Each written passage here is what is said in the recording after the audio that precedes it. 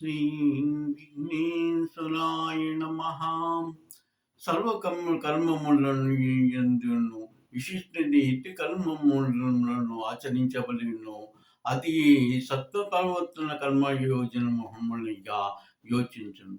ఎట్టి వాణిని మీకు హానికరములు కాని ఎట్టి జీవములను పరిరక్షించడమే పరిపాటి ధర్మం ఇంకో ఆత్మములను యోగములను సర్వసిద్ధిము పురుషుని యొక్కను సర్వదా దాను అనుకూలములను ధర్మనిష్టముగా గాను ఎట్టి హానితనములు చేయని సత్ప్రవర్తనములు ఈ కర్మయోగము అని రూపొందించుండును. ఈ కర్మయోగముల వలన జీవులను ధన్యమవుచున్నారు. ఇది మోక్ష పదములను చేకూర్చుటకు ఇది ఎట్టి కర్మములను ఆచరించవలన ఆ అటు కర్మములను విషయింపబడి ఉండును. జీవమును పరిరక్షించటి పరిపాటి ధర్మంబువగును. దానికి ఆహార భజ్యంబునందను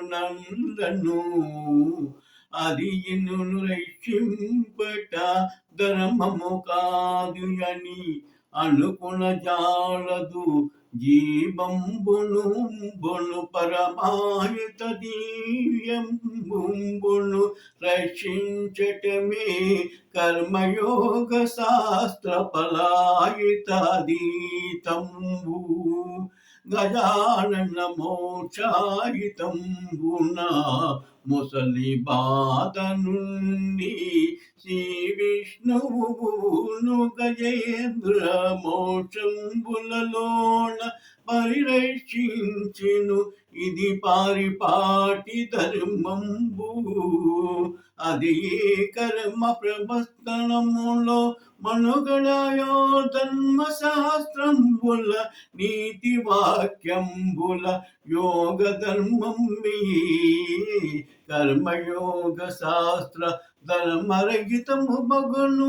ఇది ఏ ధర్మాయుత ధర్మ విశిష్ట జ్ఞానాయుతంబు గును. ఈ జగత్మంబుయే కర్మయే సర్వంబునకును నిలయాత్మముంబుగై జ్ఞానమోక్ష పరముల పరమాత్ముని దివ్య స్వరూపమై జగత్మంబున వర్ధిల్లగలియుండు.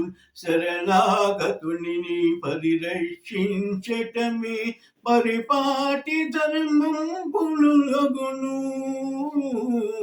అట్టి ధర్మంబులుని ఏ యుగమునైనను ఏ ధర్మంబునైనను యుగ ధర్మంబులు ఏది అయినను శరణాగతిని పరిరక్షించటమే పరిపాటి ధర్మవలను. ఇది ఏ కర్మయోగ శాస్త్ర నిపుణ్యమగును. ఇది ఏ ధర్మశాస్త్ర నిపుణ్యమగును. మోక్ష ఫలమును సిద్ధింపజేయు శ్రీకృష్ణ వెంట నడిచియున్న అర్జునునికి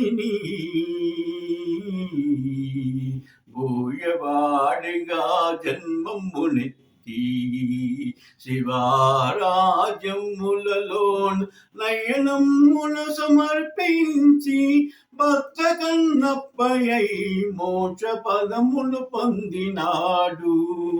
మోక్ష పదము పొందినాడు. ఇది కర్మయోగ శాస్త్రముల కర్మము ఫలమంబు.